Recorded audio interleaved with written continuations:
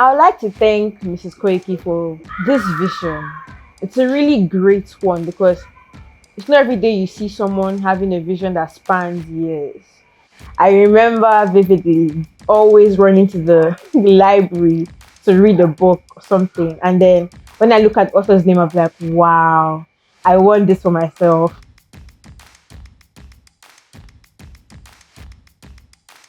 I am Princess Okonkwo, a writer and the author of Everything in Between, a poem collection. One thing I am known for is being a resilient, responsible, and compassionate human being. I feel Greensprings School helped me mold these, should I say, attributes by ensuring that I was always checked. When I say checked, I mean teachers were really involved in your character development. The school was really involved with how your grades were going, if you were dropping or, improving in school. And this really made me know, okay, I have to be accountable for my action as a person. For Compassionate, the charity events, charity day, things like that, made me really care about people and not to be self-centered.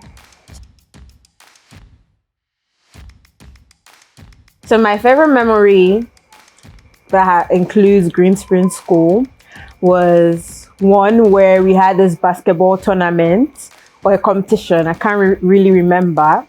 But then what happened was there was, I think, a bet, and we were meant to see who could take several 3-pointers or 2-pointers. I really can't remember.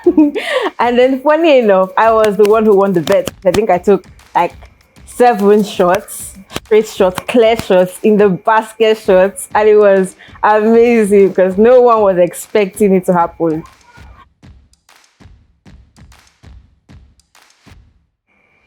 I say I'm a hunter because I always go for what I want, straight, attacking. I do not stop until I get what I want.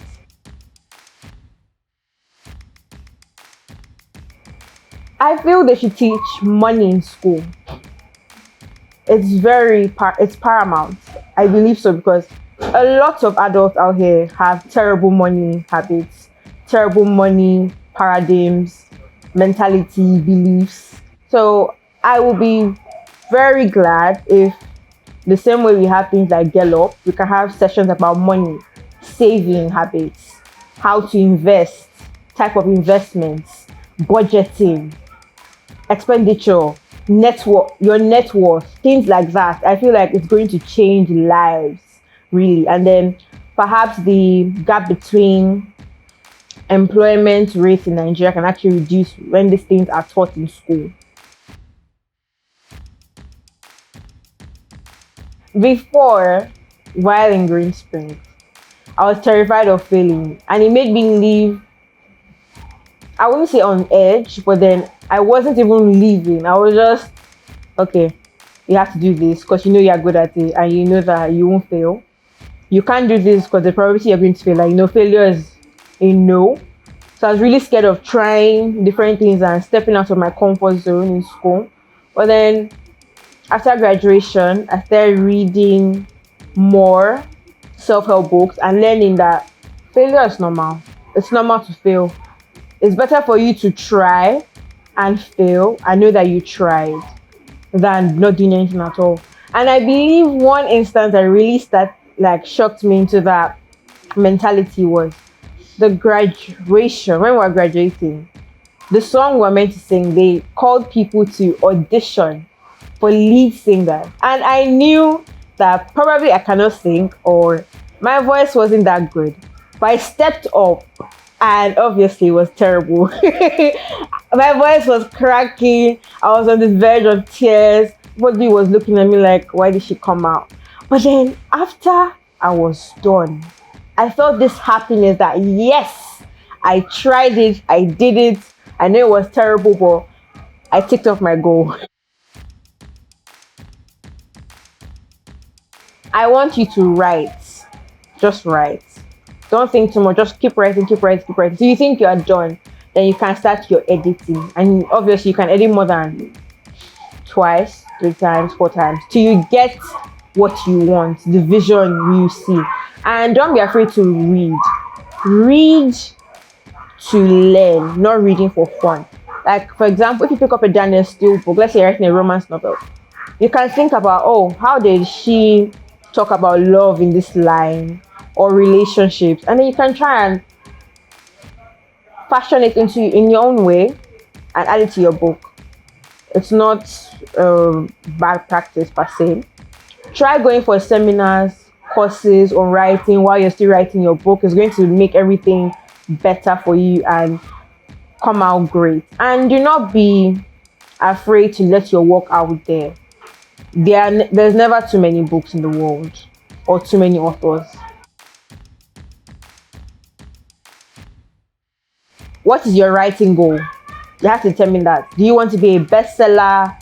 Do you just want to sell 2,000 copies and that's it? You want to sell 2 million copies? You have to determine what you want. You have to determine what genre is your book, right? Find your audience. The third one is you need to know who your audience is, what books they like. Does this, my genre, fit in this kind of audience that I have, or the audience I think that I have or that I will have? Think about when and how you want to publish your book. For the when, some people believe in publishing pre-order. There's this thing called pre-order where like you let out your book, right, to drive traffic sales before your book is actually published, right? You can do that. Or you can just choose a date you want to publish your book. And then when you choose that date, it's going to help you to get things in order. Like, okay, you know your editor has to be done with this, your cover has to be ready. You know that you have marketed your book enough times before it's ready. And you know that you have a market that's willing to buy your book. How do you want a traditional publisher, or do you want to self-publish your book? You have to determine this. So the fifth one is, I think I mentioned this already, but cost. How much are you willing to drop for your book to be born? Some publishers can tell you 3,000 naira or so to print one book. And then you're thinking about your copies. If you want 3 million copies, how much are you going to spend? So you think about all these things. Sometimes your cost can drive the type of publishing you want to go into, but sometimes the other way around. So you have to think about it. Do you have the money for a traditional publisher? Are you ready to do that? And then you can research on your traditional publishing, traditional publishers, the ones available to the genre of your book, because a lot of publishers, they streamline the books they publish. You don't have necessary amounts or money for that. You can self-publish, but then just know that you're going to have to market. And always consider your launch. Your launch is divided into 3 categories. There's pre-launch, launch, and post-launch. So you need to know these things. You need to know how long do you want to drive it for. If it's taking you a year to write your book, you know you're going to market your book for a year. I always talk, market your book before you even start writing. Let people know that you're writing a book. Talk about it so they can get interested in it. So when you publish your book, people are ready to buy it.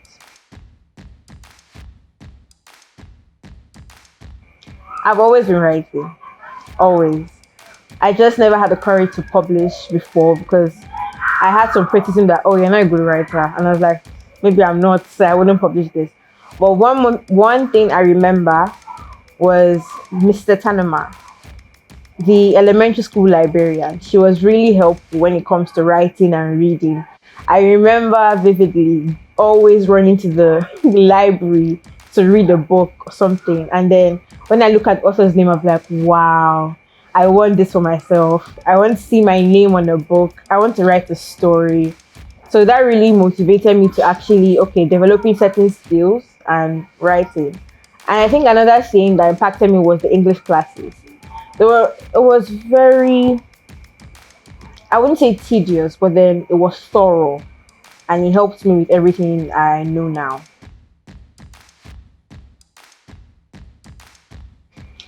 My favorite memory of Christmas in Greensprings was years ago when I was in primary school. So I was in year 6 and I was finally allowed to watch secondary school students perform. And I was really excited because their show they gave everything when it comes to their show. And their show was at night. I had to beg my mom to let me stay in school till 6 when they started, and it ended by like I think 8 or 9. And I was wowed by the lights, the music, and the performance. It was really amazing. Quality education means setting up the child or children for future. The future challenges anything. You just know that okay, with this education this person has gotten, they are prepared for whatever stands in their way. And personally, I feel that Greensprings School does that. They actually thoroughly prepare kids for the outside world. I'll talk to them about relationships, not only about romantic relationships, but then about friendships, family.